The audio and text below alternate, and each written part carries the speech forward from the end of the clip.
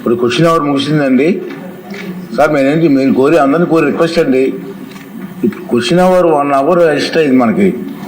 నా ఉద్దేశం last day కాబట్టి 0 అవర్లో ఎక్కువ మంది మాట్లాడే అవకాశం ఇస్తాను. నేను ట్రై చేస్తూ ఉంటే ఇక్కడే టైం చేస్తున్నారు మీరు. అంటే ప్లీజ్ అందరూ కోఆపరేట్ చేస్తే అవుతుంది కదా. లాస్ట్ డే ఈరోజు ఎక్కువ మంది 0 అవర్లో మాట్లాడే అవకాశం వస్తుంది. ప్లీజ్ కోఆపరేట్ చేయండి. ఆ లిస్ట్ రావాలండి, లిస్ట్ రావాలి నాకు. అక్కడి నుంచి లిస్ట్ వస్తే ఇస్తాను నేను. మీరు ఆ సీనియర్స్ కూడా అలా మాట్లాడితే ఏం చెప్తారండి? అవి ఇప్పుడు అంతకు వేసి లిస్ట్ రాయమన్నాను, లిస్ట్ వస్తే ఇస్తాను నేను. ఒక ప్రకటన అండి, ప్రకటన సభకు తెలియజేయడం ఏమనగా 28/20/2026 ఏ తేదీన వరకు అనగా ప్రస్తుత సమావేశంలో చివరి రోజు వరకు కార్యక్రమం పట్టిక చేర్చినవి 25 నక్షత్రపు గుర్తు ప్రశ్నలు, 1 నక్షత్రపు గుర్తు లేని ప్రశ్నలకు సంబంధించి సమాధానం సభా సమక్షంలో ఉంచబడ్డాయి. అవి సభా కార్యక్రమంలో భాగమవుతాయి. ఇంకా సమాధానం ఇవ్వనటువంటి ఫైనాన్స్ మినిస్టర్ గారు, ఫైనాన్స్ మినిస్టర్ మీరు వినాలి ఇది. ఇంకా సమాధానాలు ఇవ్వనటువంటి మిగిలిన 139 నక్షత్ర గుర్తు ప్రశ్నలకు, 8 నక్షత్రములు లేని ప్రశ్నలకు, 1 స్వల్ప వ్యవధి ప్రశ్నలకు, 2 అత్యవసర ప్రాముఖ్యత గల ప్రశ్నలకు సమాధానం నేరుగా సభ్యులకు పంపుతూ 1 ప్రతిని శాసనసభ సచివాలయానికి పంపాలని సంబంధించిన మంత్రులకు ఆదేశాలు ఇవ్వాలని చెప్పి తమను కోరుకుంటున్నాను సార్. అదే అందుకే మరి వారిని కోరుకున్నా అని చెప్తాను. ఆదేశిస్తే వినియోగం ఉన్నారండి మీరు. ఇప్పుడు రిక్వెస్ట్ చేస్తే పెట్టలేదు, ఆదేశిస్తారా? సీరియస్ అయిపోతున్నారు. ఎజెండాలో పేర్కొన్న పత్రాల సభ సమక్షంలో ఉంచినట్లుగా భావించాలి. కొత్తగా ఒక వినపం అండి, కొత్తగా సభ్యులందరికీ హై సెక్యూరిటీ స్మార్ట్ ఐడెంటిటీ కార్డులు జారీ చేస్తున్నాం. అంటే కొత్త టెక్నాలజీతో సభ్యులందరూ అంతా కూడా ఇందుకోసం ఫారం నింపి మా ఆఫీస్కి ఇచ్చినట్టయితే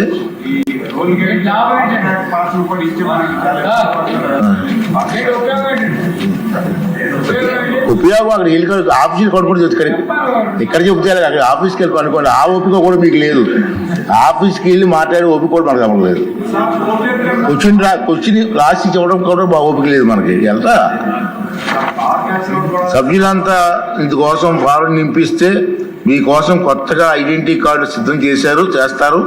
ఫారంలో ఆఫీసు టేబుల్ మీద ఉన్నాయి, ఇక్కడ ఆఫీస్ టేబుల్ మీద ఉన్నాయి, తీసుకొని ఫిల్అప్ చేసేస్తే అంతే. కొత్తగా ఐడెంటిటీ కార్డు బాగున్నాయి తెప్పించాను నేను, వారిని మీరు అందరూ కూడా తీసుకోవాల్సిందిగా కోరుతున్నానండి. చాలా ఇంపార్టెంట్. నేను దాని చైర్మన్గా ఉన్నాను కమిటీకి. విశాఖపట్నం వెళ్ళాను, మనం విజిట్ చేసాం ఆ కమిటీ అంతా. అలాగే తిరుపతి విజిట్ చేసాం. చాలా పెద్ద మంచి ప్లేసెస్ ఉన్నాయి, స్థలాలు ఉన్నాయి, కానీ ఇంప్రూవ్మెంట్ లేదు. చాలా తక్కువ ఖర్చుతో ఇంప్రూవ్మెంట్ చేసే అవకాశాలు ఉన్నాయి, మేము పరిశీలించాం. దానికి తిరుపతి దేవస్థానం నుంచి కానీ, సిఎస్ఆర్ గ్రాంట్స్ కానీ, ఎంపీ గ్రాంట్స్ కానీ ఇస్తే తక్కువ ఖర్చుతో ఒక 10 కోట్ల రూపాయలతో బ్రహ్మాండంగా తిరుపతి చూశాను నేను. రోజుకి 90,000 మంది తిరుపతి దర్శనానికి వస్తున్నారు, కానీ 4% కూడా జూకి వెళ్ళలేదు. ఎందుకు వెళ్ళలేదంటే ఎంటర్టైన్మెంట్స్ లేవు అక్కడ. ఇవన్నీ కల్పించాల్సిన అవసరం ఉంది. దానికోసం సిఫార్సులు చేస్తాం, మన హౌస్లో పెట్టి దాన్ని తీర్మానం చేసి ప్రభుత్వానికి పంపించాలని చెప్పిన ఉద్దేశం. దీన్ని మా సభ్యులు సభకు సమర్పించారు. ఈ నివేదిక సభా సమక్షంలో ఉంది. దీన్ని ఆమోదించాలని గౌరవ సభ్యులు ప్రతిపాదించారు. దీనికి అనుకూలంగా ఉన్నవారు అవుననండి, అనుకూలంగా లేనివారు కాదనండి. అవునన్నారు, అందరూ అవునన్నారు. నివేదిక ఆమోదించడమైంది. ఇప్పుడు ఉప ముఖ్యమంత్రి గారి తరఫున పౌర సరఫరాల శాఖ మంత్రి గారు తీర్మానం ప్రవేశపెడతారు.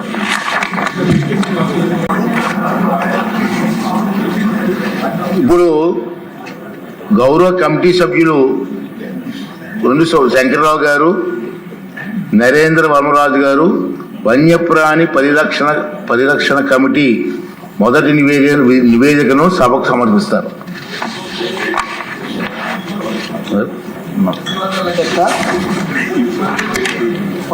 వన్యప్రాణి పర్యావరణ పరిరక్షణ కమిటీ మొదటి నివేదికను సభకు సమర్పిస్తున్నాం అధ్యక్ష.